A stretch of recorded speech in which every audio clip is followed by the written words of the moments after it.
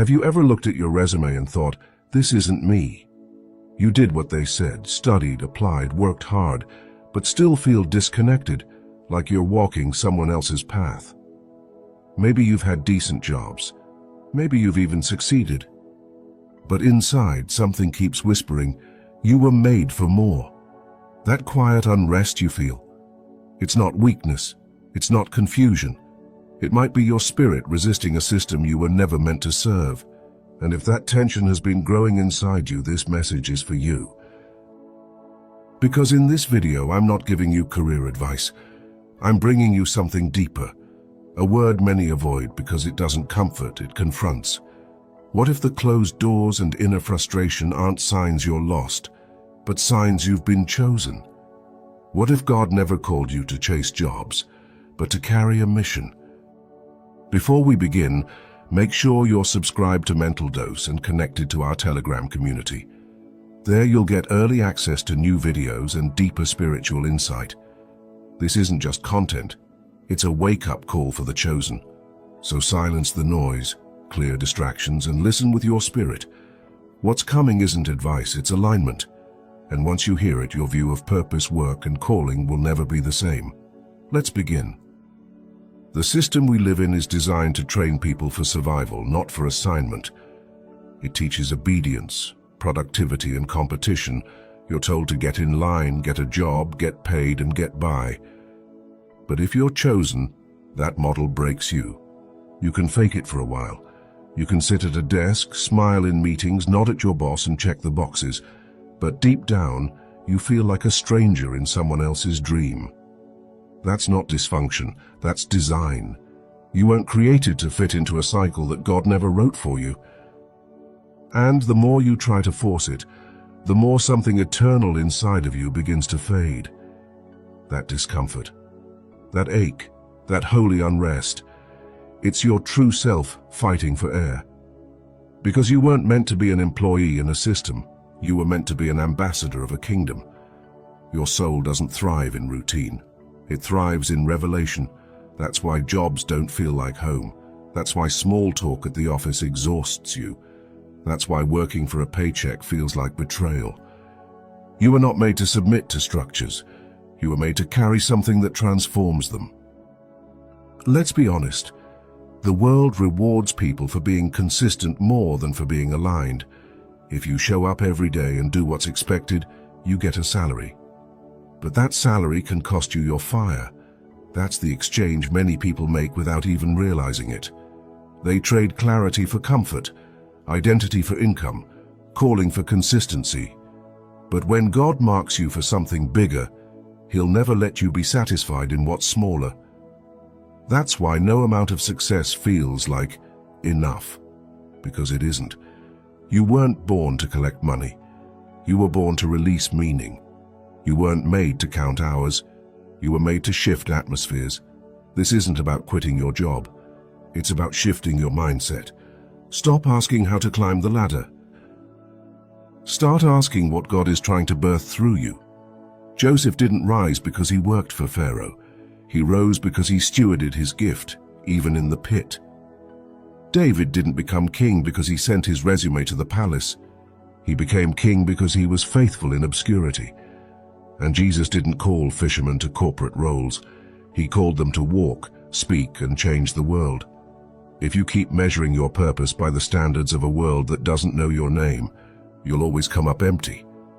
But the moment you realign your life to your assignment, the provision begins to follow your obedience.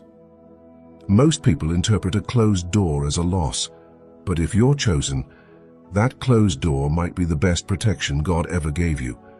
Not every opportunity is divine. Not every paycheck is clean. Not every yes would have helped you. There are jobs, platforms, and positions that look appealing, but would have buried your spirit. And sometimes God, in His mercy, interrupts what you thought you wanted to prepare you for what you were truly born to carry. In Acts 16, Paul tried to go to Asia to preach, and the Spirit stopped him. That wasn't a failure, that was a redirect. God knew where the impact would happen, and He didn't need Paul's opinion. In the same way, your silence is not abandonment. Your waiting is not a waste. It's strategy. He might be delaying you because your character is still catching up to your calling. He might be hiding you so your gift can grow in private before it gets misused in public. So if you're in a season of blocked paths and unreturned emails, don't panic. Stop asking, "Why is this not working?" and start asking, "What is God keeping me from?" The wilderness is not punishment. It's precision, it's training, it's protection. What feels like rejection may be the only reason you'll be ready when the real door opens. What you thought was the end might just be the setup. Before we go on, if this video is helping you see things more clearly, consider sharing it with someone who needs this kind of clarity. And if you'd like to support thoughtful, spirit-led content like this, you can click the thanks button below. Your support genuinely helps. Now let's keep going. There comes a moment where you must stop waiting to be discovered and start walking in what you already carry. Your gift doesn't need a platform, it needs obedience. And most people miss their assignment not because they lack talent, but because they wait too long for the world to approve what heaven already confirmed. Romans 11:29 says, "The gifts and calling of God are irrevocable."